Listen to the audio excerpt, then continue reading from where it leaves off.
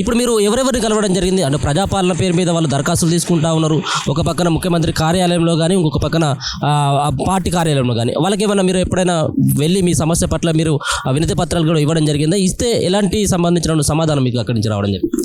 ఎమ్మెల్యేలకు, ఎంపీలకు అందరికి ప్రతి ఒక్కరికి వినతి పత్రాలు ఇవ్వడం జరిగిందండి. ఇచ్చిన ప్రతిసారి ముఖ్యమంత్రి గారి దృష్టికి తీసుకెళ్తాము, మీ సమస్య పరిష్కరిస్తాము, మాట్లాడుతున్నాం అని ప్రతి ఒక్కరు చెప్తున్నారు. కానీ ఏ ఒక్కరు కూడా ఇంతవరకు కూడా మాకు ఏ హామీ ఇవ్వలేదు.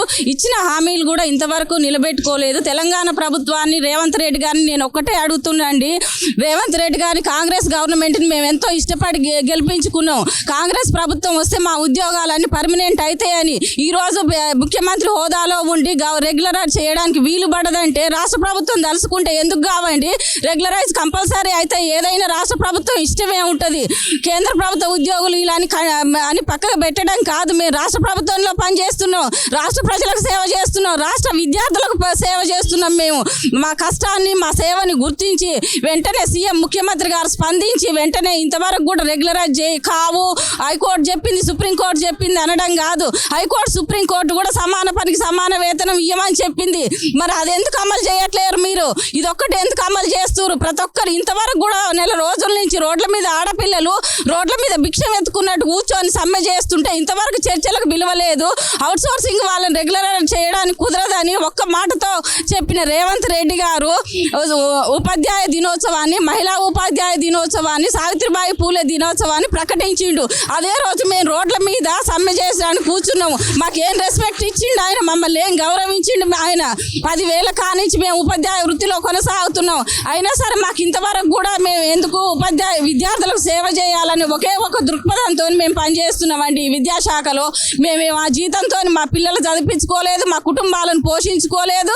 మేము ఇంతవరకు కూడా ఏది కూడా మాకు అమలు కాలేదు. రేవంత్ రెడ్డి గారు వస్తే మా బతుకులు బాగుపడతాయి, మా పిల్లలు చదివించుకుంటాం, మా భవిష్యత్తు బాగుంటుంది అని ఒకే ఒక ఉద్దేశంతో మేము ఇక్కడ సమ్మె చేస్తున్నామండి. ఇప్పటికైనా స్పందించి రేవంత్ రెడ్డి గారు వెంటనే చర్చలకు పిలవాలి.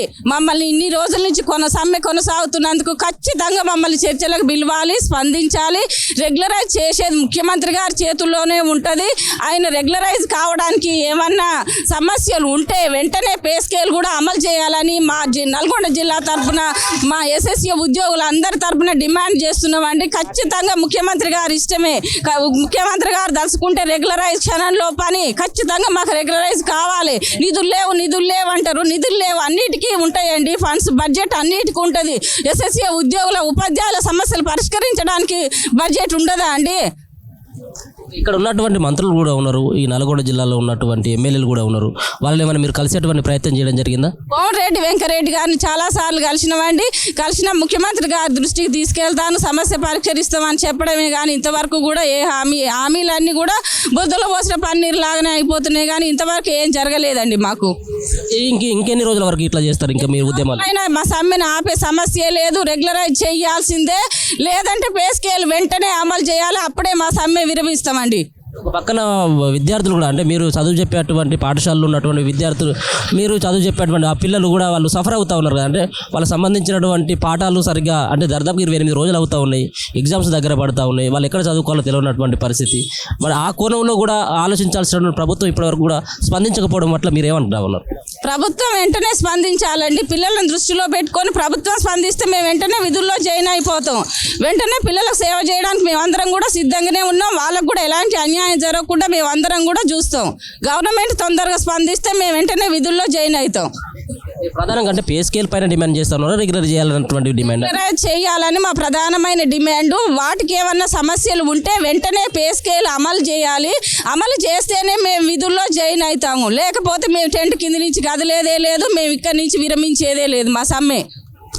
మీరేమని చెప్పదలుచుకున్నారు? అంటే ఎన్నేళ్ళుగా మీరు ఈ ఉద్యోగం చేస్తూ ఉన్నారు, మీరు దేనికోసం ఇప్పుడు మళ్ళీ రోడ్డు ఎక్కాల్సినటువంటి పరిస్థితి ఎందుకు వచ్చింది? సార్ నేను 14 కేజీబీవీలో చేస్తున్నా, ఎస్ఎస్ఏ దాంట్లో కేజీబీ స్పెషల్ ఆఫీసర్గా. ఇప్పుడు 14 సంవత్సరాలుగా చేస్తున్నాను. టీచర్గా చేశాను, తర్వాత ఎస్ఓగా చేస్తున్నాను. కానీ ఏమి ఆలోచిస్తున్నారండి ప్రభుత్వాలు? ప్రజలు సౌఖ్యంగా ఉంటేనే కదా అభివృద్ధి అనేది. ఆ అభివృద్ధి అనేది. కానీ ఇక్కడ ఏం చేస్తున్నారంటే రోడ్లు వేసినామా, ఆనకట్టలు కట్టినామా, బిల్డింగులు కట్టినామా, సినిమా టాకీస్ కట్టినామా, ఆరోగ్యాలు హాస్పిటల్స్ కట్టినామా, ఇవే అభివృద్ధి అంటారు. కానీ ప్రజలు ఏంటిది కావాలి? ప్రాథమికంగా కావాల్సింది కూడు గుడ్డ నివాసం, తర్వాత విద్యనే. విద్యతోటి మానవ అభివృద్ధి జరుగుతుంది. ఆ విద్య అందించే వాళ్ళు కూడా సంతృప్తిగా ఉన్నప్పుడే విద్యార్థులకు సరైన విద్యని బోధించగలరు. సమాజం చాలా చక్కగా ఉందని దారి చూపించగలరు. అలాంటి దాంట్లో మేము పనిచేస్తూ పూర్వం ఉన్న సామెత బతకలేక బడి పంతులు సామెత అయింది మా బ్రతుకు. ఎందుకంటే ఈ పంతుల విద్యా వ్యవస్థలో ఒక పంతులకు ఒక విధమైన జీతాలు ఇచ్చుకుంటూ, అంటే శాలరీస్ ఇచ్చుకుంటూ హైక్లో ఉంచి లక్షల్లో పెట్టారు. అక్కడ విద్యార్థులు లేకుండా చేశారు. ప్రభుత్వం ఏం చేసింది? చాలా గురుకులాలను ప్రవేశపెట్టింది, అభివృద్ధి అని. ఆ గురుకులాలందరికీ ప్రవేశపెట్టి అందరినీ ఇళ్ళ నుంచి, తల్లిదండ్రుల నుంచి దూరం చేస్తే అక్కడ మాది గురుకుల వ్యవస్థనే అండి, కేజీబీవి. వాళ్ళకి రెట్టింపుగా మేము పనిచేస్తున్నాము, కార్పొరేట్కు ధీటుగా ఫలితాలను అందిస్తున్నాం. ఎందుకు మరి? కానీ వేతనం చూస్తే ఒక కూలీకి ఉన్నంత కూడా మాకు గిట్టుబాటు లేదు. మళ్ళీ మెంటల్ టెన్షన్ మాకు 24. ఇప్పుడు మీకు ఎంత వస్తుంది జీతం? మాది ఇప్పుడు మన ఈ వ్యవస్థలో 3200 నుంచి ఉద్యోగి మాది. నేను ఒక స్కూల్ ఇన్స్టిట్యూషన్ హెడ్, అంటే స్పెషల్ ఆఫీసర్ అంటారు మమ్మల్ని. మామూలుగా ప్రిన్సిపల్గా గుర్తించాలి. మేము కాలేజీ కూడా ఉంది మా దగ్గర, మేము నిర్వహిస్తున్నాము. 32,500 శాలరీ హైకు మాదే అన్నమాట. ఇక మధ్యలో 19,000, 11,000 వీళ్ళందరివి ఉన్నాయి. రకరకాల కేటగిరీస్లో కేటగిరీస్ 11 ఉన్నాయండి. ఇప్పుడు మా దాంట్లోనే చూస్తే నాకు వంట పార్ట్ టైం ఇన్స్ట్రక్టర్స్ ఉంటారు 7,500 స్కూల్ వ్యవస్థలో చూస్తే. మిగతా వంట చేసే వాళ్ళకు మీరు తూడ్చి అందరికీ కూడా 9,500. ఈ దాంతో వాళ్ళు 24 అవర్స్ సార్. నా స్కూల్లో కాలేజీ ఉన్న దగ్గర 360 పిల్లలు అంతకు మించే ఉంటున్నారు మా పాఠశాలలో. స్కూళ్ళల్లో ఓన్లీ పాఠశాల వరకు ఉన్న 10th క్లాస్ వరకు ఉన్నది 200 మంది. వాళ్ళు కూడా 250 దాకా ఉంటున్నారు. అంత ఎక్కువ పిల్లలతోటి మేము 24 గంటలు తల్లి పాత్ర, తండ్రి పాత్ర, వాళ్ళ ఇంటికి దూరంగా వచ్చి ఉన్నవారు. మేము గురువు పాత్ర, 3 పాత్రలు వహిస్తూ కూడా మా పిల్లల్ని, మా కుటుంబాన్ని పక్కన పెట్టి వీళ్ళకు 24 అవర్స్ కాకుండా మేము తర్వాత అదనంగా ఇంకొక రోజు కూడా అక్కడ స్పెండ్ చేస్తాం. నైట్ డ్యూటీస్ అని ఉంటాయి మాకు. ఏ విధమైన గురుకుల విధానంలో మేము పనిచేస్తున్నా కూడా కనీసం వేతనము లేకుండా మేము కూలీ వేతనం కూడా సరిపోయే విధంగా లేదు. మేము ప్రొఫెషన్ కోర్స్ చేసి వచ్చినాం, ఏం చదువు రాకుండా రాలేదు. నియమం కూడా మేము రోస్టర్ విధానంలో, గవర్నమెంటేషన్ నోటిఫికేషన్ విధానంలోనే ఇక్కడికి వచ్చినాం. కేవలం మమ్మల్ని కాంట్రాక్టు స్కీము ఇది అని మాట్లాడుతారు. కానీ సార్ ఇక్కడ మనం అందరం ఏర్పరచుకున్న రాజ్యాంగమే. ఇదేమీ అన్ని ఆటికవి రాలేదు. చట్టసభలు ఉన్నదే వాళ్ళు చట్టాలను తయారు చేస్తూ ప్రజలకు ఏం అవసరమో వాటిని ఇవ్వడం కోసం. కానీ మా విషయంలో మాత్రం పదే తప్పించుకునే ధోరణి చేస్తుంది. ఏ ప్రభుత్వం వచ్చినా కూడా ఏమంటుంది? కేంద్రం అంటుంది. కేంద్రము ఉమ్మడి జాబితాలో విద్య ఉంది, కానీ ఉమ్మడి జాబితాలో ఉందని వాళ్ళకేం కేంద్రంది చెప్పలేదే. రాష్ట్ర ప్రభుత్వమే అన్ని విద్యని నిర్వహిస్తుంది. మేము విద్యా వ్యవస్థలో ఉండి కూడా మీరు కాదు అన్నట్టు మాట్లాడుతుంది ప్రభుత్వం. మరి కేంద్ర ప్రభుత్వం ఏం చెప్పింది? 60% మేము డబ్బు ఇస్తామమ్మా, కానీ అడ్మినిస్ట్రేషన్ అంతా స్టేటే చేసుకోవాలి. వాళ్ళ ఇష్టం, వాళ్ళు రెగ్యులర్ చేసుకున్నా మాకు అభ్యంతరం లేదు. చేయాల్సిన బాధ్యత అంతా రాష్ట్రందే అని స్మృతి ఇరానీ గారు లాస్ట్ 5 yearsలో మనకు మినిస్టర్గా ఉన్నప్పుడు చెప్పారు. అది పార్లమెంట్లోనే అందరి ముఖంగా చెప్పి పత్రం కూడా విడుదల చేశారు. ఆమె రాష్ట్రాలు చేసుకోవాలని చెప్పేసి దాన్ని పక్కకు పెట్టారు. పోనీ మరి కోర్టులు ఏం చెప్పినాయి? మొన్న ఏదో హైకోర్టు కాదు అని చెప్పింది అనే దాని మీద వీళ్ళు మమ్మల్ని దాట వేస్తున్నారు. కానీ మొన్న అంతకుముందే మనకు సమాన పనికి సమాన వేతమని 2018లోనే సుప్రీంకోర్టు తీర్పిచ్చింది. మరి అంటే హైకోర్టు కంటే సుప్రీంకోర్టు పెద్దది కదా అండి. దాని మాటను గౌరవిస్తురా? ఈ కోర్టు మాటను గౌరవించి మాకు కాదు అని చెప్పినప్పుడు ఆ కోర్టు మాటని గౌరవించి మరి దీన్ని అమలు చేయాలి కదా. మేము రెగ్యులర్ చేయమని అనలేదు. ఇప్పుడు ఈ అన్ని చూసిన తర్వాత ఎందుకు ప్రభుత్వం దీన్ని దాటవేసేటువంటి ప్రయత్నం, మిమ్మల్ని పక్కన పెట్టేటువంటి ప్రయత్నం చేస్తూ ఉందని అనుకుంటా ఉన్నాను. మనము రాష్ట్రం మన ఏర్పడేటప్పుడు కూడా మన యొక్క మెయిన్ ఏం పెట్టిరండి? తెలంగాణ టీఆర్ఎస్ ప్రభుత్వంగా అది పార్టీగా ఉన్నప్పుడు ఏం చెప్పారు? నీళ్లు నియామకము అని చెప్పారు, మనకు నిధులు అని చెప్పారు. చెప్పి మరి వచ్చిన తర్వాత వాటన్నింటినీ పక్కదోవ పట్టించారు. మరి మనకు మళ్ళీ చెప్పుకుంటే ఏమొచ్చిరండి వీళ్ళు? కేంద్రంతో సఖ్యతతో తెచ్చిరా అంటే లేదు. ప్రజలాభివృద్ధికి మేమే ధనవంతులం, దేశం మొత్తంలోనే మా రాష్ట్రం ధనవంతులు అని చెప్పి ఈరోజు ఆ ప్రభుత్వం 10 ఏళ్లలోనే మన ధనవంతా అయిపోయిందా అండి? మరి ఎన్నో రకాల వాళ్లకు కనిపిస్తున్నారు. ఉచితంగా కూర్చొని తినడానికి కూడా ఉచితాలు ఇస్తామని చెప్తున్నారు. పని చేస్తున్న వాళ్ళకి ఎందుకు ఇవ్వరు? సమగ్ర శిక్ష ఒక్కటే చేసిన పాపం ఏంది? మన అప్పుడు ఉద్యమ నేతగా ఉన్నప్పుడు అసలు కాంట్రాక్ట్ పదమే తప్పు. సీఎం కూడా ఈ కాంట్రాక్ట్ ఉండొచ్చు కదా, అది ఉండొచ్చు కదా అన్నారు. కానీ తను వచ్చిన తర్వాత ఏం చేసిరు? ఫస్ట్ పని అసెంబ్లీలో ఉండి సేవ చేసేందుకు వచ్చిన వాళ్ళు జీతాలు అధికంగా పెంచుకున్నారు. పెంచుకోరు, మేము సంపన్నులం, దేశంలోని అన్ని రాష్ట్రాల కంటే సంపన్నులం అని వాళ్ళు అధికమైన జీతాలు పెంచుకున్నారు. వాళ్ళు యాక్ట్ చేసుకోవచ్చు, కానీ ఈ ప్రజల కోసం పనిచేయడానికి వచ్చి మమ్మల్ని గురించి ఆలోచించరా? మేమేమి మా జీతాలతోటే మా జీవితాలు వెళ్ళదీసుకోవాలని వచ్చినాం. ఇక్కడ ఎవరం కూడా ఉచిత సేవ చేయడానికి ఎవరు వచ్చిరండి? సమాజంలో చేయాలంటే మేము అదే ఎన్నుకునే వాళ్ళం. ఉచిత సేవకి ఒక సన్యాసి అవుదువా, ఓ రాజకీయ నాయకుడు అయ్యే సేవ చేద్దాం. కానీ మేము చదువుకొని 20 ఏళ్ళు మా తల్లిదండ్రులు మా మీద ఎన్నో ఎఫర్ట్స్ పెట్టుకొని, అంటే ఆశలు పెట్టుకొని ఉన్నారు. వాళ్ళని ఇప్పుడు వృద్ధాప్యంలో చూసుకోవాలి, మా పిల్లల్ని మా ఫ్యామిలీలను చూసుకోవాలి. అవన్నింటిని మేము ఆలోచన చేస్తూ మళ్ళీ మెల్లగా పెంచుతారేమో ప్రభుత్వాలు, మెల్లగా చేస్తారేమో అంటే ఆ రోజుల్లో కూడా మేము సెప్టెంబర్లో చేస్తున్నప్పుడు 20 రోజులు సమ్మె చేసిన తరప్పుడు వీళ్ళు ప్రతిపక్షంలో ఉన్న మన సీఎం గారు ఏం చెప్పారు? మీకు మేము రాగానే ఈ ప్రభుత్వం చేయకపోయినా మేము వచ్చి చేస్తామమ్మా 100 రోజుల్లో అని చెప్పారు. మేము అదే మాట మీద ఆయన మీద గౌరవంతో మా ఆశతోటే మేము ఆ ప్రభుత్వం వైపు మొగ్గు చూపించినాము. వచ్చి కూడా ఇప్పుడు మేము 100 రోజులు కాదు, ఇప్పుడు 400 రోజులు వెయిట్ చేసినాం. అయినా కూడా తను ఏమీ స్పందించలేదు, మా వైపు కొంచెం కూడా ఆలోచన చేయలేదు. అందువల్ల మేము బయటికి ముందుగానే కలిసాం సార్, అందరు మినిస్టర్లను కలిసాము, అందరు ఎమ్మెల్యేలను కలిసాము, పదే కలిసినాం. సీఎం గారిని కూడా కలిసి ఇవ్వడం ఆలోచిస్తాం, చూస్తాం, మీ గురించి మాకు ఆలోచన ఉంది, మేము మనసులో ఉంది, మేము చేస్తాం మెల్లగా అనుకుంటూ వచ్చారు. తీరా ఇప్పుడేమంటున్నారంటే బడ్జెట్ లేదు అని మాట్లాడుతున్నారు. మా ఒక్కరికే బడ్జెట్ లేదా? లేదు, సరే మీరు హామీ ఇచ్చి ఎన్ని రోజులు అని టైం చెప్పండి, ఆ టైంకైనా వెయిట్ చేస్తాము అని చెప్పినారు. ఇలా రోడ్డు మీద కూర్చోబెట్టడం వారికి ఏమైనా బాగుందా అండి? ఆడపిల్లలకు మేము అండదండగా ఉంటాం. ఇంకొకటి, మా విద్యా విధానం ప్రవేశపెట్టింది, సర్వశిక్ష పెట్టిందే బేటీ బచావో, బేటీ పడావో, బేటీ బడావో అని. అంటే పిల్లలు చదువుకొని ఎదగాలి, అందులో మేము కీలక పాత్ర వహిస్తున్నాం. ఆడపిల్లల యొక్క చదువు తక్కువ ఉంది, జాతీయ అక్షరాస్యతలో అనే ఉద్దేశంలో పెట్టిర్రు కేంద్ర రాష్ట్ర ప్రభుత్వాలు అన్నీ కలిపి. ఈరోజు ఆ పిల్లల కోసం మేము కృషి చేస్తున్న వాళ్ళందరూ ఆడవాళ్ళం. మోస్ట్ పీపుల్ మీకు ఇక్కడ కనిపిస్తున్నారు, అందరూ ఆడవాళ్ళు. మరి ఈ ఆడవాళ్ళ శ్రమని ఈ విధంగా దోచుకోవచ్చా? ఆడవాళ్ళకు అవసరాలే ఉండవా? మగవాళ్ళు పనిచేసేది కూడా దేనికండి? భార్య పిల్లల కోసమే. మరి అక్కడ భార్య స్థానం చేసుకుంటూ మేము ఇక్కడ మా అందరికీ కూడా మగవాళ్ళకు ఉద్యోగాలు లేవు. ఇప్పుడున్న పరిస్థితులలో వాళ్ళకు కూడా సరైన ఉద్యోగాలు కల్పించబడట్లేవు. మేము వచ్చి పని చేస్తున్నాం. విద్యలో కూడా ఆడవాళ్ళు పనిచేసిన దగ్గరనే ప్రోగ్రెసివ్ ఎక్కువగా ఉంది, అభివృద్ధి ఎక్కువగా ఉంది. మరి అవన్నీ ఎందుకు పరిగణలోకి తీసుకోవట్లేవు? ఇప్పుడు గురుకులాలు ఎన్నో బడ్జెట్ ఎంతో కేటాయించి చేసిన దగ్గర వాళ్ళ రిజల్ట్ కంటే కూడా మేము రిజల్ట్ ఎక్కువ తెచ్చాం. మీరు గమనించండి, మీరు మీడియా సోదరులందరికీ తెలిసే ఉంటుంది, మా రిజల్ట్ చాలా ఎక్కువగా ఉందని అభినందించడం అవన్నీ చేస్తూ ఉన్నారు.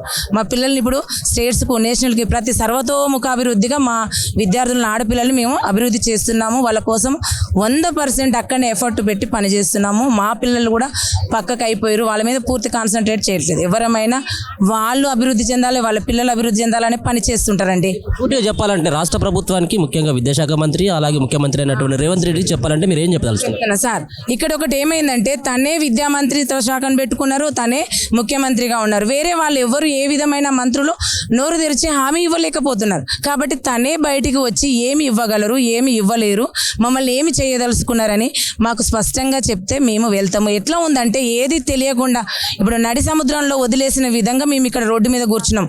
ఇది ఏ విధమైన పద్ధతి? మేము కాంగ్రెస్ ప్రభుత్వం గతంలో రాజీవ్ విద్యా మిషన్ పేరుతో తెచ్చి ఇక్కడ ఈ అభివృద్ధిలో ఉన్నాం, మేము భాగస్వాములు అయినాం. 20 ఏళ్ళ నుంచి చేసేవాళ్ళు. ఇంకొకటి సార్, ఈ ముఖంగా చెప్పాలనుకుని రిటైర్ అయ్యారు సార్. ఇక్కడ 20 ఏళ్ళు చేసి వాళ్ళు ఉట్టి చేతులతోటి ఏడ్చుకుంటూ పోతున్నారు. ఏంటి మా పరిస్థితి రేపు? మేము మా శ్రమ అంతా, మా శక్తి ఉన్నంతసేపు చేయించుకుంటున్నాం, తర్వాత బయటికి మేము వెళ్ళినాక ఎలా పోషింపబడాలి? ఇప్పుడు ఈ జీతంతో మా పిల్లల్ని పెద్ద స్థాయికి తేలేకపోతున్నాం. మరి వాళ్ళు రేపు మాకు ఏ విధంగా చూడాలి? మా పిల్లలకు మంచిది రావాలి అంటే మంచి చదువు అందించాలి కదా, మేము కూడా సౌకర్యాలు అందించాలి కదా. కాబట్టిగా మీరు ఇదంతా ఆలోచన దృష్టిలో పెట్టుకొని సార్, మీరందరూ కలిసి పెద్దలు ఆలోచించి మా ఈ వెంటనే మాకు సరైన న్యాయం చేయగలరా? సరైన న్యాయం మీన్స్ మాకు రెగ్యులరే కావాలి.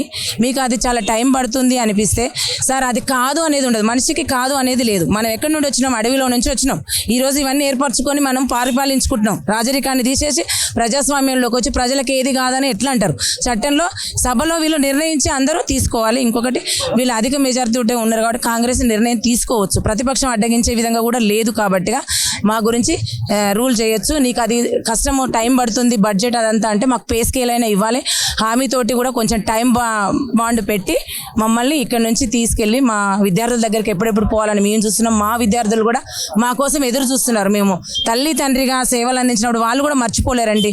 కొన్ని దగ్గరలో వస్తున్నాయి, మా టీచర్లు కావాలని. అది వినండి సార్, మీరు వినండి. ఎంత అభిమానంతో మేము పిల్లలతో మెలుగుతున్నాం అనేది మీరు గుర్తించండి. ఈ వేదిక ముందుగా మేము చెప్పేదంటే అందరి సిస్టర్స్ కన్నీళ్ళు మంచివి కాదు సార్. ఎక్కువ రోజులు మీ ఈ విధంగా బాధ పెట్టించడము. సోదరులు అందరూ కూడా చాలా కష్టపడుతున్నారు మరి ఆడపిల్లల విషయంలో. కాబట్టి మీరు ఇది వెంటనే మాకు పరిష్కరించి మమ్మల్ని మర్యాదగా అంటే గౌరవపూర్వకంగా మా విద్యా సంస్థల్లోకి పంపిస్తారని ఆశిస్తున్నాం సార్. అంతేదండి. సో చూస్తూ ఉన్నాం కదా, అందరూ కూడా ఇక్కడ మహిళలే ఉన్నారు. వీళ్ళందరూ కూడా సమగ్ర శిక్ష అభియాన్లో పనిచేస్తున్నటువంటి వాళ్ళే. ఇక్కడ చూస్తూ ఉన్నాం కదా, వచ్చినటువంటి వాళ్ళందరూ కూడా ఇంటి దగ్గర నుంచి బాక్సులు తీసుకొని వచ్చి ఇక్కడ ఈ యొక్క ఉద్యమాన్ని ఉధృతం చేయాలి, వీళ్ళకి సంబంధించినటువంటి డిమాండ్లను పరిష్కరించేంత వరకు కూడా మేము ఎక్కడికైనా వెళ్ళడానికి మేము సిద్ధంగానే ఉన్నామని చెప్పేసి అన్నటువంటి భావనతో వీళ్ళందరూ కూడా ఉదయం 8 గంటలకే వచ్చి సాయంత్రం 7-8 గంటల వరకు వాళ్ళ యొక్క ఇళ్లకు వెళ్తూ ఉన్నారు. వీళ్ళు ప్రధానంగా అప్పుడు ఇచ్చినటువంటి హామీ, అప్పుడు పీసీసీ హోదాలో ఉన్నటువంటి సందర్భంలో రేవంత్ రెడ్డి గారు చెప్పినటువంటి మాట, ఖచ్చితంగా మేము ఛాయ్ తాగేటువంటి టైంలోనే మీకు జీవో మంజూరు చేస్తాం, ఖచ్చితంగా మేము రెగ్యులర్ చేస్తాం, మేము జీతాలు కూడా పెంచుతామని చెప్పేసి ప్రధానంగా హామీ ఇవ్వడం జరిగింది.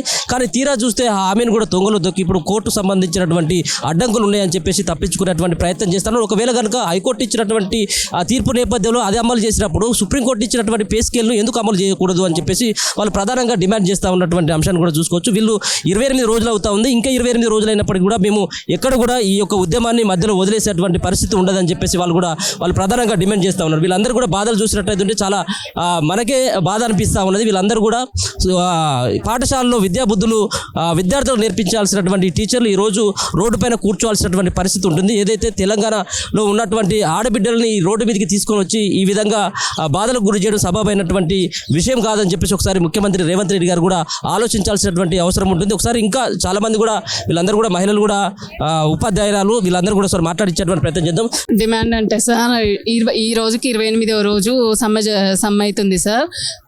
కనీసం చర్చల కన్నా పిలిస్తే రెగ్యులరైజేషన్ కాదు అంటారు. కాదన్నప్పుడు కనీసం మనకు పే స్కేల్ అన్న అమలు చేసి మీకు ఒక 2 months 3 months తర్వాత నన్న జియో ఇస్తాం అని స్కూళ్ళకి పంపిస్తే బాగుంటుంది. అక్కడ మా పిల్లలు కూడా టీచర్ల కోసం వెయిట్ చేస్తున్నారు సార్. లెసన్స్ లాస్ అవుతున్నారు. ఇంతమంది ఆడపిల్లల్ని రోడ్ల మీద కూర్చోబెట్టడం మంచి పద్ధతి అయితే కాదు.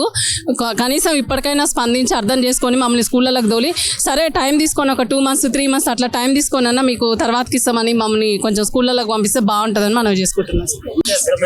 ఎస్ఎస్ఏలో మాది ఐఆర్పి వింగ్ సార్. మాకి 21 లోపాలు గల పిల్లలు ఉంటారు సార్ మన దగ్గర. అందులో డిఫరెంట్ పిల్లలు మాటలు రాని పిల్లలు ఉంటారు, మూగ పిల్లలు ఉంటారు, ఇట్లా సెలబ్రల్ పాలసీ పిల్లలు ఉంటారు, ఎంఆర్ పిల్లలు ఉంటారు, ఇలా 21 రకాల పిల్లలు ఉంటారు సార్. మాకు ఏ రోజు సెలవులు ఉండవు సార్. సమ్మర్లో కూడా మాకు సర్వే చేపిస్తారు, మాతోని సర్వే చేస్తాము. ప్రతి ఒక్కటి మేము రెగ్యులర్ ఎంప్లాయీస్ కన్నా ఎక్కువ చేస్తాం సార్. ఈవెన్ టైమింగ్స్లో కానీ ఏ విషయంలో కానీ మేము తక్కువనైతే ఉండే లేదు సార్. గత పీసీసీ హోదాలో ఉన్న రేవంత్ రెడ్డి గారు మాకు రెగ్యులరైజ్ చేస్తా అని ఛాయ్ తాగే లోపల రెగ్యులరైజ్ చేస్తామని మాట ఇచ్చారు సార్. మేము ఆ మాట నిలబెట్టుకోమని అడుగుతున్నాము కానీ మేమేం గొంతమ్మ కోరికలు అయితే కోరట్లేము సార్. మాకు మేము 28 days నుంచి ఇంతమంది ఎక్కువ మంది మహిళలే ఉన్నారు సార్ మా దాంట్లో. కనీసం ఒక మహిళలు అన్న గౌరవం కూడా మాకు ఇవ్వకుండా ఈరోజు 28 రోజులుగా మేము అన్నీ వదిలేసుకొని వచ్చి టెంట్ కిందనే కూర్చుంటున్నాం సార్. పొద్దున 10 గంటల నుంచి సాయంత్రం 4:30 వరకు మేము ఇక్కడే ఉంటున్నాం సార్. కనీసం మేము ఈ తెలుగు రాష్ట్రానికి ఆడపిల్లలమన్న విషయం అనే గ్రహించుకొని మాకు రెగ్యులర్ చేయడానికి ఏంటి సార్. మా దగ్గరకు వచ్చేసరికి బడ్జెట్ విషయం అనేది లేవనెత్తుతున్నారు.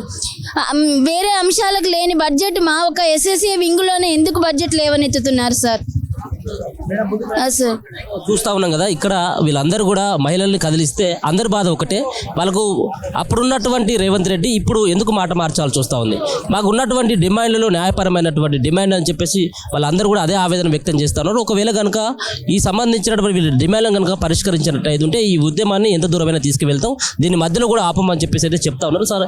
ఇంకా చాలా మందితో మాట్లాడేటువంటి ప్రయత్నం చేద్దాం. మీరేమని చెప్పదలుచుకున్నారమ్మా? మీరు ఎన్నేళ్ళ నుంచి పనిచేస్తూ ఉన్నారు? మేము 2006 నుంచి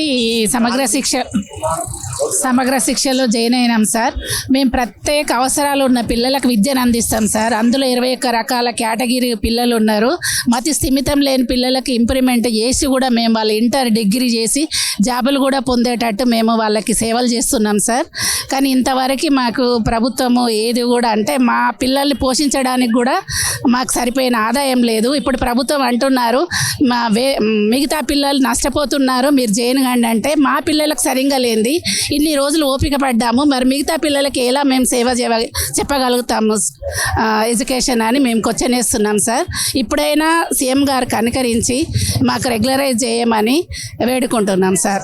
ఉద్యోగ భద్రత విషయంలో అంటే మీరు రిటైర్మెంట్ అయిన తర్వాత మీకు ఏమైనా బెనిఫిట్స్ ఏమైనా ఉన్నాయి? ఏ బెనిఫిట్స్ లేరా, కనీసం చనిపోయినా కూడా మేమందరం కలిసి చందాలు వేసుకొని వాళ్ళకి దహన సంస్కారాలు చేస్తున్నాం సార్. ఇప్పుడు నా ఒక్క విషయానికి వచ్చి నేను 56 ఏళ్ళు సార్.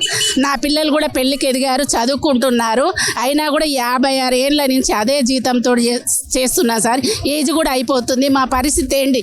కిందికి దిగలేము, పైకి ఎక్కలేము, మధ్య మెట్టులో ఉన్నాం సార్. మా పరిస్థితి ఏంది? ప్రభుత్వం ఇప్పటికైనా కనుకరించి మాకు రెగ్యులరైజ్ చేస్తారని, రిటైర్మెంట్ ఏజ్కి వచ్చాము, రెగ్యులరైజ్ చేస్తారని మేము వేడుకుంటున్నాం సార్. మీరేమని చెప్తారమ్మా? గౌరవనీయులైన ముఖ్యమంత్రి గారికి విన్నపము. దాదాపు 5 రాష్ట్రాలు రెగ్యులరైజ్ చేసినాయి. అది మీరు చాలా నిజమైన నాయకుడు. మీరు చేసిన పోరాటంలో, మీ రాజకీయ పోరాటంలో మీరు చాలా ఒడిదుడుకులు చేసుకొని ముందుకొచ్చారు. మీ మాట మీద నిలబడే మేము ఆ రోజు టెంట్ తీసాము. 22 రోజులు సమ్మె చేస్తే మా టెంట్ కిందకి వచ్చి మీకు రెగ్యులరైజ్ చేస్తామని మాట ఇచ్చింది మీరు.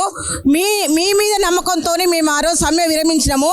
మీరు వస్తానన్న మా జీవితాలు బాగుపడతాయి అనుకొని మేము మిమ్మల్ని గెలిపించుకున్నాము. అదే విధంగా మేము ఈరోజు రిక్వెస్ట్ చేస్తున్నాం సార్ మీకు. ఎందుకంటే మీ ప్రభుత్వం వస్తే మహిళలకు పెద్దపీట వేస్తాని, మీ ప్రభుత్వం వస్తే మీరు మహిళలకు పెద్దపీట వేస్తాని మీరే మీ నోటితో అన్నారు. మహిళలకు పెద్దపీట వేయడం అంటే 28 రోజులు 33 జిల్లాలు కలిపి మొత్తం సమ్మె చేస్తుంటే ఇదేనా మీరు వేసిన పెద్దపీట అని మీకు విన్నవించుకుంటున్నాము. మీకు ఏ మాత్రము మా మీద గౌరవం ఉంటే మీరు ఖచ్చితంగా మాకు ఎస్ఎస్ఏ ఉద్యోగులని మీరు మాకు పే స్కేల్ ఇవ్వాలి. మాకు రావాల్సిన మేము మా డిమాండ్లను మీరు ఖచ్చితంగా మీరు చూడాలి. మీరు తలుచుకుంటే ఒక కమిటీ వేయగలరు. మీరు ఆ కమిటీ ప్రకారం మీరు చేయగలరనే నమ్మకం మాకుంది. మీరు ఎట్లయితే ఒక ఛాయ్ తాగే వచ్చే లోపు మీకు రెగ్యులర్ చేస్తా అన్నారు, అదే విధంగా చేసే సత్తా మీకుంది. కానీ మీరు ఎందుకో మరి మా మీద జాలి లేదు. ఇకనైనా మేము ఇన్ని రోజులు అని చేస్తున్నాము, ఇకనైనా మీరు గమనించి మాకు పే స్కేల్ ఇప్పించి మా జీవితాలను బాగు చేసి ఈ కాంట్రాక్ట్ విధానాన్ని మీరు రద్దు చేయాలని రిక్వెస్ట్ చేస్తున్నాం సార్. Thank you. మీరు మాట్లాడతారా? ఒక్క నిమిషం. సో ఇక చూద్దాం. ఇంకా చాలా మందితో మాట్లాడించేటువంటి ప్రయత్నం చేస్తాను. ఇంకా చాలా మంది కూడా మహిళలతో పాటు చాలా మంది పురుషులు కూడా వచ్చారు. సో వీళ్ళందరితో కూడా మాట్లాడించేటువంటి ప్రయత్నం చేద్దాం. వీళ్ళు బాక్సులు కూడా తీసుకొచ్చుకొని వాళ్ళ యొక్క బాధని ప్రభుత్వం దృష్టికి తీసుకువెళ్ళాలన్నటువంటి ప్రయత్నం చేస్తున్నారు. ఎక్కడి నుంచి రావడం జరిగింది? మీరు ఏ విధమైనటువంటి డిమాండ్ చేస్తాం? మిర్యాలగూడ నుంచి వస్తున్నాం సార్. పొద్దున్నే 9:30కి లేవడం, 4:30కి అట్లా లేస్తే ఇంట్లో ఉన్న వాళ్ళకి బాక్సులు పెట్టేసి, మా సార్ వ్యవసాయం చేస్తారు, వాళ్ళ బాక్సులు వాళ్ళకి పెట్టేసి పిల్లలు జాబ్లోకి వెళ్తారు. వాళ్ళకు బాక్సులు పెట్టేసి మేము బాక్సులు ప్రిపేర్ చేసుకొని వచ్చి ఈ రేవంత్ రెడ్డి గారు మమ్మల్ని ఇట్లా రోడ్డు పాలు చేసిండు. రేవంత్ రెడ్డి గారు ఇంతకుముందు కూడా మేము ధర్నాలు చేసినాం సార్. ధర్నాలు చేసినప్పుడు వరంగల్లో హన్మకొండ దగ్గరకు వచ్చినప్పుడు స్వయంగా సార్ గారి నోటతోటే ఒక మాట చెప్పడం జరిగింది. ఏంటి?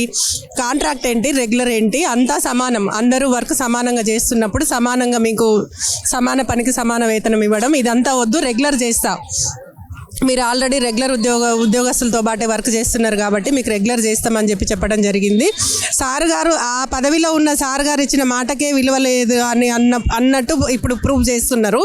ఇప్పుడు 100 రోజులు అన్నారు సార్. కొత్త ప్రభుత్వం వచ్చింది. కొత్త ప్రభుత్వం వచ్చినప్పుడు సరే ఎవరికైనా మేము ఏం చేసినామంటే కొత్త ప్రభుత్వాలు కొంచెం సర్దుబాటు చేసుకునేసరికి టైం పడుతుంది అని చెప్పేసి 1 year వెయిట్ చేసినాం.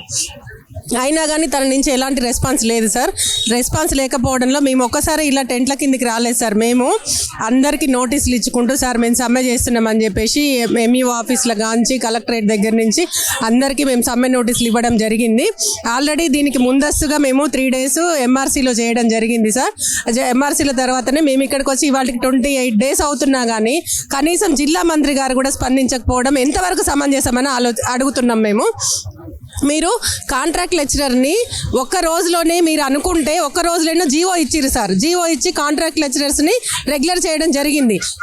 రాజు తలుచుకుంటే దెబ్బలకు కొదువా అన్నట్టు ఇప్పుడు సీఎం గారు తలుచుకుంటే మాకు రెగ్యులర్ చేయడం తనకు ఎంతసేపు పని సార్? ఎందుకు మాపై ఇంత వివక్ష చూపిస్తున్నారు? కనీసం మీరు రెగ్యులర్ చేయలేరు, ఇది సాధ్యం కాదు అన్నారు. కరెక్టే, రెగ్యులర్ చేయరన్నారు. దానికి ప్రత్యామ్నాయంగా మాకు ఏం చేయాలనుకుంటున్నారు అది ఒకసారి ప్రస్ముఖంగా చెప్పొచ్చు కదా మాకు.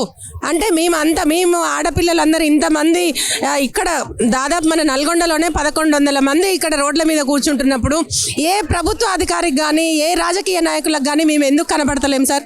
మా ఈ ఓట్లు కావా? మేము ఓట్లు వేయట్లేమా? మేము గత ప్రభుత్వాలు మాకు ఇట్లా చేసినాయి అని చెప్పేసి మేము ఆ ప్రభుత్వాన్ని బాబు చాలు మీరు చెప్పిర్రు, మీరు కూడా కాంట్రాక్ట్ వద్దు, రెగ్యులర్ కావాలి. ఆ నాయకులు వచ్చి మళ్ళీ మీకు సంఘీభావం తెలుపుతూ ఉన్నటువంటి పరిస్థితులు కూడా కనబడతా ఉన్నాయి. ఒకటి చోట్ల నేను కూడా చూడడం జరిగింది. వాళ్ళే వచ్చి మైకుల ముందు మాట్లాడుతూ ఉన్నారు, మీ న్యాయం చేస్తాం, రేవంత్ ఇచ్చినటువంటి ఆ మాట నిలబెట్టుకోలేకపోయినా మళ్ళీ ఆ మాటలు కూడా నమ్మేటువంటి పరిస్థితి ఉంటుందంటారా? సార్, ఈ దుస్థితికి కారణం గత ప్రభుత్వాలే. గత ప్రభుత్వాలు 10 సంవత్సరాలలో మా మాట వినకపోవడానికి కారణం వాళ్ళే. వాళ్ళు మళ్ళీ ఏ మొహం పెట్టుకొని వచ్చి ఇక్కడ అడగడానికి వస్తారు సార్? మనకు ఇక్కడ సంఘీభావం తెలపడానికి వస్తారు. అలాంటిది మేము ఆ గత ప్రభుత్వం గురించి కాదు, ఇప్పుడు మీరు ఇచ్చిన మాటే కదా ఇది. మేము అడిగేది కూడా అదే, మీరు ఇచ్చిన మాట ప్రకారమే మాకు రెగ్యులర్ చేయండి. కానీ రెగ్యులర్ కాదంటారా, వెంటనే పే స్కేల్ అమలు చేయండి సార్. మేము మా ఇళ్ళకి మేము వెళ్తాం. మేము ఇక్కడ టెంట్ దగ్గర ఉండాల్సిన అవసరం లేదు కదా. చిన్న పిల్లల్ని వదిలిపెట్టి మా ఆరోగ్యాలు బాగాలేకుండా నాకు బ్యాక్ పెయిన్ ఉంది, L3 L4 బ్యాక్ పెయిన్ ఉంది సార్. అయినా కానీ మేము ఎందుకు ఇక్కడ పోరాడుతున్నాం? మాకు రెగ్యులర్ కావాలి. మేము ఇంతకుముందు పోయిన ప్రభుత్వాలను నమ్మి మోసపోయినాము, దగాపడ్డాము, మా శ్రమని అందరూ దోచుకున్నారు. ఇప్పుడు కొన్ని కేజీబీబీ పాఠశాలలు ఉన్నాయి సార్. ఏ ప్రభుత్వ స్కూల్స్ ఇప్పుడు మీకు సైన్స్ ఫేర్కి సెలెక్ట్ అయినాయి? మా మిర్యాలగూడ కేజీబీబీ ప్రభుత్వం ఇప్పుడు ఈ సైన్స్ ఫేర్ స్టేట్కి సెలెక్ట్ అయి ఉంది. మరి ఎందుకు మీకు ఇది కూడా తెలియట్లేదా? మీకు అన్ని అనౌన్స్మెంట్స్ వస్తాయి, మీకు అన్నీ వస్తాయి. ఇప్పుడు విద్యాశాఖలో రేవంత్ రెడ్డి గారి దగ్గర విద్యాశాఖ ఉండడం వలన దేని గురించి ఆలోచించలేకపోతున్నారు మీరు? మా గురించి మాకు తక్షణమే పే స్కేల్ అమలు చేయాలి. పే స్కేల్ అమలు చేసిన దాకా మేము ఈ టెంట్ వదిలిపోయేదే లేదు. మీరేమని చెప్పదలుచుకున్నారమ్మా? మీరు ఎన్ని ఏళ్ళ నుంచి పనిచేస్తా ఉన్నారు? 2012లో స్టార్ట్ అయిందండి. మేము పట్టుకోవచ్చు. 2012 నుంచి నేను పీటీఐని, పేరుకే పీటీఐ, కానీ మేము చేసేది ఫుల్ టైము. నేను రేవంత్ అన్నను ఒక్కటే అడుగుతున్నా, రేవంత్ అన్న మేమంతా మీ అభిమానులం, ఏరి కోరి ఇష్టపడి మిమ్మల్ని మేము సీఎంగా గెలిపించుకున్నాం. గత ప్రభుత్వం మమ్మల్ని మోసం చేసిందని చెప్పేసి మా ఎస్ఎస్ఏ ఉద్యోగులు నియర్లీ 20,000 మెంబర్సు అందరికీ చెప్పుకుంటూ మేము చైన్ సిస్టమ్ లాగా పనిచేసి మిమ్మల్ని గెలిపించాము. అయినా కూడా మీరు మమ్మల్ని ఎందుకు ఇలా దూరం పెడుతున్నారు? ఏ 3 మెయిన్ కమిటీసు, ఈ సలహాలు ఇవన్నీ వద్దు సార్. మీకు తెలుసు ఏ కమిటీ లేకుండా. నేను ఒక్కటే అడుగుతున్నాను, మిగతా రాష్ట్రాలు 6 రాష్ట్రాలలో రెగ్యులరైజ్ చేసిరు అంటే మరి తెలంగాణ రాష్ట్రము భారతదేశంలో ఉన్నదా లేదా? నా ప్రశ్నకు మీరు ఆన్సర్ చేయండి. నిజంగా ఒకవేళ తెలంగాణ రాష్ట్రం భారతదేశంలోనే ఉంటే మిగతా రాష్ట్రాలకు ఒక జీవోను, తెలంగాణ రాష్ట్రానికి మాత్రమే వేరే జీవోలు ఉన్నాయా? అక్కడ జీవో పాస్ అయినప్పుడు ఇక్కడ జీవో ఎందుకు పాస్ కావట్లేదని నేను రేవంత్ సార్ని అడుగుతున్నాను. ఖచ్చితంగా మీరు తలుచుకుంటే రెగ్యులరైజ్ అవుతుంది. ఇంతమంది మహిళలు, ఎస్ఎస్సీ అంటేనే మొత్తం మహిళలు, మీరు మహిళలకు పెద్దపీట వేస్తా అన్నారు. ఈ మహిళల ఉసురు కొట్టుకున్న ఏ గవర్నమెంటు ఇంతవరకు నిలబడలేదు. మీరు మా అందరి దీవెనలు పొందుతారని మేము అనుకుంటున్నాము. మమ్మల్ని రెగ్యులరైజ్ చేయండి. ఇప్పటికి చాలా కోల్పోయినాము. ఎస్ఎస్సీ ఉద్యోగులము కాంట్రాక్టు వ్యవస్థలో పనిచేసి మేము బానిసలం అయిపోయినాము, వెట్టి చాకిరికి లోనైనాము. మేము ఇంకా లాస్గా తెలుసుకోలేదు. మాకు 15-20 సంవత్సరాలు మాత్రమే ఉన్నది. ఈ 15-20 సంవత్సరాలలో మమ్మల్ని సెటిల్ అయ్యేలాగా మీరు రెగ్యులరైజ్ చేయాలి. మేము కోరి తెచ్చుకున్నందుకు, మీకోసం మేము కష్టపడి పనిచేసినందుకు మమ్మల్ని రెగ్యులరైజ్ చేసి ఈ ఘనత మీరు దక్కించుకుంటారని మీ వీరాభిమానిగా నేను కోరుకుంటున్నాను సార్. మీరు తలుచుకుంటే చేస్తారు. మాకు సంక్రాంతి కానుకగానైనా మాకు రెగ్యులరైజ్ ఇవ్వండి. ఏ కమిటీలు వద్దు, ఏ ఆలోచనలు వద్దు, ఏ సంఘాలు చెప్పినా కూడా మీరు వినాల్సిన అవసరం లేదు. మీకు తెలుసు మిగతా రాష్ట్రాలలో రెగ్యులరైజ్ అయిందంటే తెలంగాణ రాష్ట్రంలో కూడా రెగ్యులరైజ్ కావాలి. ఎందుకు కాదు? అక్కడో జీవో, ఇక్కడో జీవో ఉందా? జీవోలు ఎన్ని రకాలుగా ఉన్నాయా? భారతదేశంలో ఒక్కొక్క రాష్ట్రానికి ఒక్కొక్క జీవో ఉందా? సార్ మమ్మల్ని రెగ్యులర్ చేయండి, రెగ్యులర్ చేయమని వేడుకుంటున్నాం. 15-20 సంవత్సరాలే మాకున్నది ఇంకా భవిష్యత్తు. ఈ 15-20 సంవత్సరాలలో మేము మా ఫ్యామిలీలని, మా కుటుంబాలని చక్కదిద్దుకోవడానికి రిక్వెస్ట్ చేస్తున్నాం. మమ్మల్ని రెగ్యులరైజ్ చేయండి. ఓకే, రెగ్యులరైజ్ చేయడానికి మీకు ఇబ్బంది ఉంది, మన రాష్ట్రం అప్పులలో ఉందంటున్నారు కాబట్టి మాకు జీవో ఇచ్చి తక్షణమే పే స్కేల్ అమలు చేసి మా రాష్ట్ర కమిటీ మెంబర్లను పిలిచి మాకు పే స్కేల్ ఇవ్వండి, జీవో ఇవ్వండి. మీరు ఎప్పటిదాకా ఆగమంటే అప్పటి వరకు ఆగుతాం. మీరు రెగ్యులరైజ్ చేసి అంతవరకు ఓపికగా మేము ఉంటాం. Okay, thank you. సో వీళ్ళైతే ఒక జీవో ఇవ్వండి, ఒకవేళ కనుక రెగ్యులరైజ్ సంబంధించినటువంటి దాంట్లో కొంత టైం ఇచ్చినప్పుడు కూడా పర్వాలేదు, కానీ పే స్కేల్ మాత్రం ఖచ్చితంగా ఇమ్మీడియట్గా అమలు చేయాలని చెప్పేసి అయితే కోరుతా ఉన్నటువంటి పరిస్థితి కనబడతా ఉన్నది. మరో పక్కన ఇచ్చినటువంటి మాట ప్రకారం ముఖ్యమంత్రిగా ఇప్పుడు ఆ బాధ్యతను నెరవేర్చుకోవాల్సినటువంటి బాధ్యత ముఖ్యమంత్రి పైన ఉంటుందని చెప్పేసి అయితే వాళ్ళందరూ కూడా ఆవేదన వ్యక్తం చేస్తూ ఉన్నారు. సో మీరేమని చెప్పదలుచుకున్నారమ్మా? నేను కేజీబీవి క్రాఫ్ట్ టీచర్గా పనిచేస్తుండండి తిప్పర్తిలో. గత 20 సంవత్సరాలుగా నేను 3,000 జీతం నుంచి జాయిన్ అయిన సార్. నేను 20 సంవత్సరాల నుంచి కూడా నా జీతం 3,000 నుంచి ఇప్పటి వరకు కూడా 7,800. నా వయసు మాత్రం 50 పైన అయిపోయింది, 55 ఏళ్ళకి వచ్చింది. ఇంకా 4 సంవత్సరాలు అయితే నాది రిటైర్మెంట్ వయసు వస్తుంది. మా పిల్లలు పెద్దగా అయిపోయినారు, నాకు జీతం పెరగలేదు. మా పిల్లలు అట్లనే ఉన్నారు. ఇప్పుడు 7,800 సార్ మాకు జీతము. 20 సంవత్సరాల నుంచి చేస్తున్నా. 20 సంవత్సరాల నుంచి మా బస్ కిరాయిలు రోజు 100 రూపాయలు అవుతున్నాయి సార్. మా జీతం బస్ కిరాయిలకి 3,000 రూపాయలు పోతే వచ్చే 7,800 మాకు ఎంత మిగులుతుంది? మా ఖర్చులు ఏంది? మా లేడీస్ మాకు ఎన్ని ఖర్చులు ఉంటాయి? మేము కనీసము మగవాళ్ళకు తోడుగా ఉండాలని మేము అనుకుంటున్నాం. కనీసం వాళ్ళే మాకు ఎదురుపెట్టే పరిస్థితి ఉంది. నువ్వు ఈ ఉద్యోగానికి ఎందుకు వెళ్తున్నావు అమ్మా, నీ ఉద్యోగం ఏంది, నీదేంది అంటున్నారు. అటు చేయలేని పరిస్థితి, ఉండలేని పరిస్థితి. ఇప్పుడు మా వయసు ఎక్కువైంది, మేము వేరే దాంట్లోకి పోయే పరిస్థితి లేదు. మరి అసలు మాకు ఏం బెనిఫిట్స్ లేవు, జీతాలు లేవు. మా జీవితం ఏంది, మా గమ్యం ఏంది, మేము ఎటు పోవాలి? ఇన్ని సంవత్సరాల నుంచి చేస్తుంటే మేము అందరికేమో ఇంత గొప్ప ఉద్యోగం, ఒక గవర్నమెంట్ డిపార్ట్మెంట్లో కాంట్రాక్ట్ బేసిక్గా చేస్తున్నాం అనే పేరుంది, కానీ మాకు ఇంతవరకు ఏది సమస్య తీరలేదు. ఇంకెప్పుడు తీరుతుంది? 20 సంవత్సరాల నుంచి కూడా ఇంతమంది రోడ్డు మీదకి ఎక్కినాము, ఇంతమంది మహిళలం ఎక్కినాము. మా పిల్లలు ఏంది, మా సంసారం ఏంది, ఇల్లు వాకిలు వదిలిపెట్టుకొని నడి రోడ్డు మీద దుమ్ములో ఉంటున్నాము. మా పరిస్థితి ఇంకా నీకు ఒక కూతురు ఉంది కదా రేవంత్ రెడ్డి గారు, మరి మా పరిస్థితి ఏంది? మమ్మల్ని ఇట్లనే బయట వేస్తావా? మేము ఇంకా బయటికి రావాలా? ఈ ఉద్యమాన్ని కొనసాగించాలా? ఇట్లనే ఉండాలా? సమాన పనికి సమాన వేతనం అని సుప్రీంకోర్టు తీర్పు ఇచ్చినప్పుడు మరి ఏది ఆ తీర్పు? మేము ఈ కోర్టుకు వెళ్ళాలా, ఉండాలా, మా ఉద్యోగాలు బంద్ చేసుకోవాలా, లేకుంటే మా ప్రాణ త్యాగాలు చేయాలా? ఇంకెన్నాళ్ళు మేము ఇది 28 రోజులు వచ్చినా కూడా మీకు ఇంత చెల్లం కలగట్లేదు. మా పరిస్థితులు ఏంది? మేము వచ్చిన రోజు ఎట్లున్నాము, ఈ రోజు ఎట్లున్నాము? ఒక్కసారి వచ్చి కలెక్టర్ ఆఫీస్ ముందు ఉన్నాము, కనీసం మా కలెక్టర్ కూడా వచ్చి ఏంది అని ప్రశ్నించలేదు ఇంతవరకు. ఒక ఆమె అయి ఉండి కూడా కలెక్టరు. మరి మా పరిస్థితి ఆడవాళ్లే సహకరించినప్పుడు మీరు రేవంత్ రెడ్డి గారు మీరేం సహకరిస్తలేరు. ఇన్ని కమిటీలు పెట్టి ఇవి చేయాలనేది చాయ్ తాగేంత సేపట్లో చేస్తా అన్నారు కదా, మీ చాయ్ ఇంకా మీరు తాగట్లేరా? మా పరిస్థితి ఏంది? ఇంకా 4 సంవత్సరాలు అయితే మీ రిటైర్మెంట్ అయిపోయేటట్టుంది. మాకు ఏం బెనిఫిట్స్ ఉన్నాయి? జీతమే 7,800, 10,000 లోపు కాలేదు. జీతం పెంచిన వాళ్ళకే పెంచుతుండ్రు. మా పరిస్థితి ఏంది? మాకంటే తక్కువ 3,000 జీతంతో కూడా చేస్తున్నారు. 20 సంవత్సరాలు అయినా 3,000 నుంచి 10,000 లోపు లేదు. మీరు 30%, 10% పెంచితే మాది 1,000 రూపాయలు పెరుగుతుంది, 500 పెరుగుతుంది. మేము ఇంకెన్నాళ్ళు 10,000 జీతం నలుగురికి చెప్పుకునే పరిస్థితి లేదు. ఉద్యోగం చేస్తున్నాం, ఎంత జీతం అని అడుగుతున్నారు. మా జీతం చెప్పుకోవాలంటే మాకు సిగ్గు అవుతుంది. సమాన పనికి సమాన వేతనం ఏది? కూలీ పోతే 300 రూపాయలు కూలీ, 500 రూపాయలు కూలీ. కనీసం మరి కూలీ ఇవ్వమంటావా మమ్మల్ని?